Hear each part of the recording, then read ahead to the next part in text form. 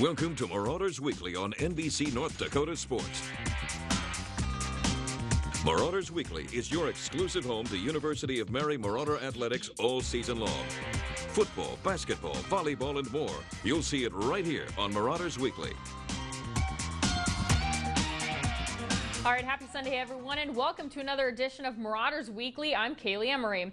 Now, while we're still in baseball and softball season, it might pass your mind that tennis is still going on. Well, the women's tennis team has had a fair enough season, which placed them as the 8th seed going into the NSIC tournament on Saturday. Now, before they headed to Minnesota, I spoke with the team about their season overall.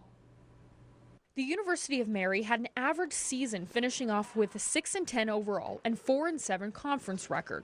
As the women were able to play in the NSIC championships on Saturday in Minnesota, these ladies have nothing to complain about. It's really good. We have a lot of younger girls coming up this year, a lot of freshmen and sophomores. We are losing a couple of seniors this year, so that's kind of hard, but it's been a really good year. Everyone always comes in and gives their best, work hard. It is difficult though, because we have people who study abroad or who have different, difficult majors, but we all seem to bring it together pretty well. It's been really good this season. I think our teamwork is at an all-time high. Our overall team morale has been really good, and it's been probably one of my favorite years, so it's good. We've had our ups and downs, definitely. A lot of the teams have gotten great players as well, so it's been kind of hard to compete with a newer level. But I think as a team as a whole, we've been pretty, everybody's been winning at least a couple, so it's nice to know that we can rely on everybody instead of just like one or two people. And before they headed out to the conference tournament, they knew it would be tough going up against a team like Augustana. I think we're just working on making them work for every point, and obviously they're the favorite to win, so we should just do the best that we can with what we have. So that's what we're going to do. Augie's a really good team. They're #1 in our conference. They're tough to beat, but we have rallied with them before. We have won matches off of them and taken sets and had close matches. So I think just working and trying to make them work for their points and make them beat us instead of letting us lose to them, making them work for it, I think is going to be our biggest challenge and what we're working for. As their season comes to a close, Coach Vita Saliendra is pleased with the team's progress. Overall, I think their consistency has improved. Basically, our goal every time we get on the court is to be able to compete with our opponents and make them earn their points. And so I've seen the growth throughout the season, the progress from each individual. Of course, there's some times that,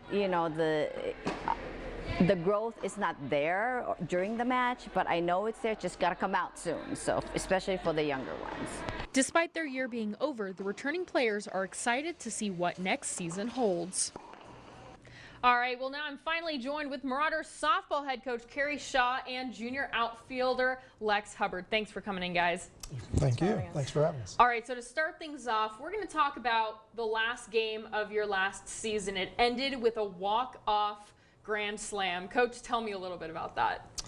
Well, it was kind of a bittersweet day. Obviously, we needed to win both games to have a chance to make the conference playoffs. And after we had lost game one, we had talked out there that, since they rained on our parade, we would like to try to rain on their parade, so to speak.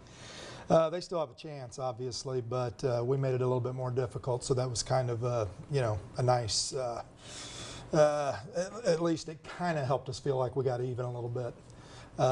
It was a very, very spirited game. They had a play that, we didn't take too kindly to, so it was kind of nice to come back and beat them at the end. Most definitely, and especially since you guys fell in the first game. Come back to win in the last, and you were saying how one of the players got purposely walked, so bases were loaded, kind of come back to win the game. Right, and the wind was blowing so hard in, it had hurt us the last, 3 games there.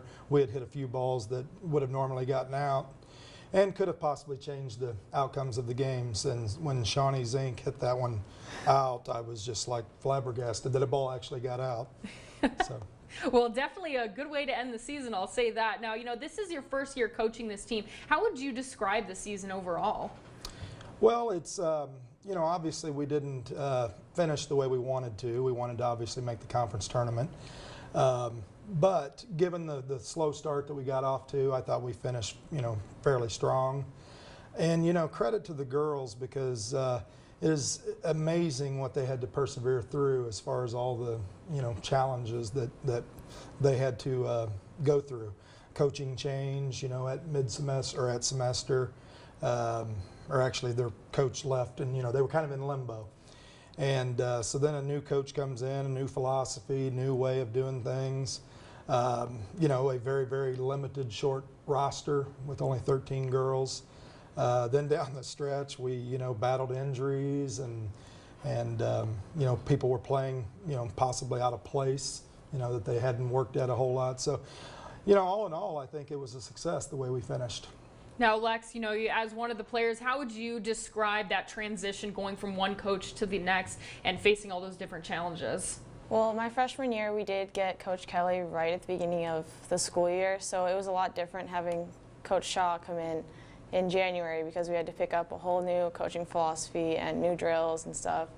And I think we handled the adversity very well and picked up on his way of he played the game fairly well. Well, I would have to probably agree with you on that one. Now, what would you say the description of the season overall would be with Shaw as head coach? We faced a lot of adversity. I think more adversity than I've ever seen a team have to face, with injuries and stuff. And we persevered through a lot, and with his help, we had a slow start, but we finished strong. All right. Now, Coach, what would you say has been your biggest struggle throughout this season? Probably the limited roster made it, it obviously made it easy to make a lineup out, but it made it difficult to do any maneuvering, in the game, or, things like that. So, I mean, that was probably the biggest challenge, learning the girls, quickly wasn't as big of a challenge as I had thought it, might be. They were on board. They, bought into what I was telling them, and they definitely helped make it, a smooth transition. And you think about things and the timing of things, and I wouldn't have got to meet Elena Norman and Emery Rodriguez and Brooke Wolf if it hadn't have, and those three seniors are leaving now. So luckily for me, I was in the right place at the right time to have some experience with them as well. Most definitely. Now, some might say that a struggle could be dealing with the insane weather that we've had. We were talking about the wind up on that hill could be so intense sometimes. Was that something that, you girls and, the whole team kind of really had to persevere through? Oh, most definitely. Yeah. I think one of our first games, we dealt with snow, just pelting us in the faces, and we have to get through those and play along, because the other team has to play through it too. Yeah, I'm from Missouri, and we get cold weather, but we don't get Bismarck cold. So, it's a little bit of a difference. And, obviously me as a, 50-year-old coach, I don't get to go out there and play anymore, so I just sit over on the side and freeze. Well, don't we all sit on the side of the game, man? Sometimes I'm like, oh, can I just be running over there with you too? It's a little too cold. Yeah, at least the players get to move around and be active. That is true. Now, what would you say, for practicing? Did you guys ever have to really practice indoors because of the weather? Probably about 90% of the time. We didn't get to get outdoors very often. And maybe it hurt us, maybe it didn't, but all the schools up here probably have to deal with the same, scenario as far as the weather and the challenges. So, that's something that we've got to battle as Northern coaches. We've got to figure out a way to keep it fresh and productive indoors. Now, real quick here, last question for you guys. What would you say you're really looking forward to this next season? Well, I'm trying to hit the recruiting trail hard, and obviously being a mid, semester hire, the 2016 high school kids are, most of them that are good enough to play at the NSIC level are already spoken for. So I'm going to have to probably bring in a few JUCO kids to help bridge the gap. But I do plan on us, having a bigger roster and a little bit more maneuverability, so to speak. All right. Well, thanks so much, both of you guys, for coming in. Don't go anywhere, though. We have news, scores, and more coming up next.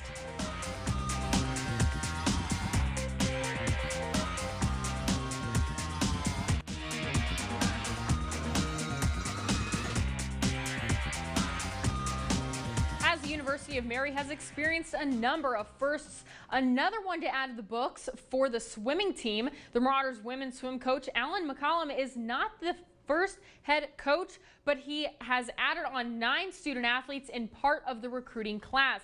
The committed swimmers include Samantha Bem from Red River High in Grand Forks, girls from Billings and Jefferson City, Montana, along with Lexington Park and Frederick, Maryland. And then there's 3 girls that are also coming from Cheyenne, Wyoming, Rice, Minnesota, Brookings, South Dakota, and Morrison, Colorado.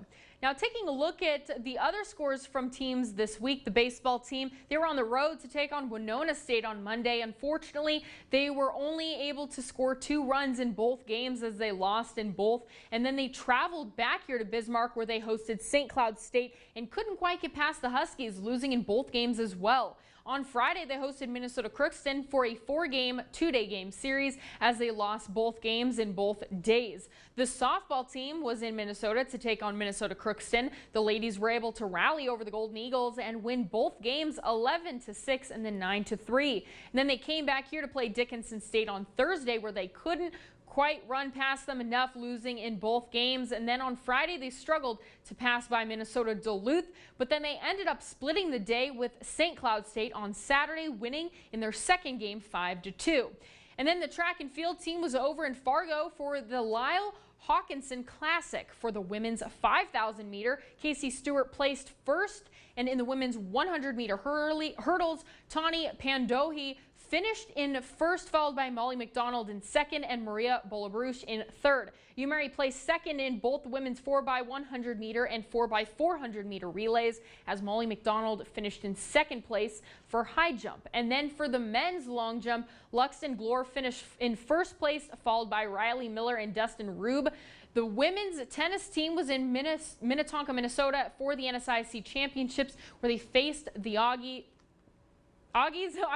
and fell 5-0. Now, taking a look at this week's schedule of events, it's going to be a more light week as the softball team finished their regular season, but the baseball team will be in Minot on Wednesday to take on Minot State. And then they'll be back home on Saturday and Sunday as they host Bemidji State for their last games of their season. The men and women track and field team will be in Jamestown on Saturday for the Al-Cassell relays. And then from Sunday to Monday of next week, they'll be competing in the Northern Sun Outdoor Multi-Championships in Mankato, Minnesota. Well, that'll do it for tonight's edition of Marauders Weekly. I can barely talk anymore, so be sure to stay tuned every Sunday night right after the night report on KFYR-TV. Have a good night, everyone.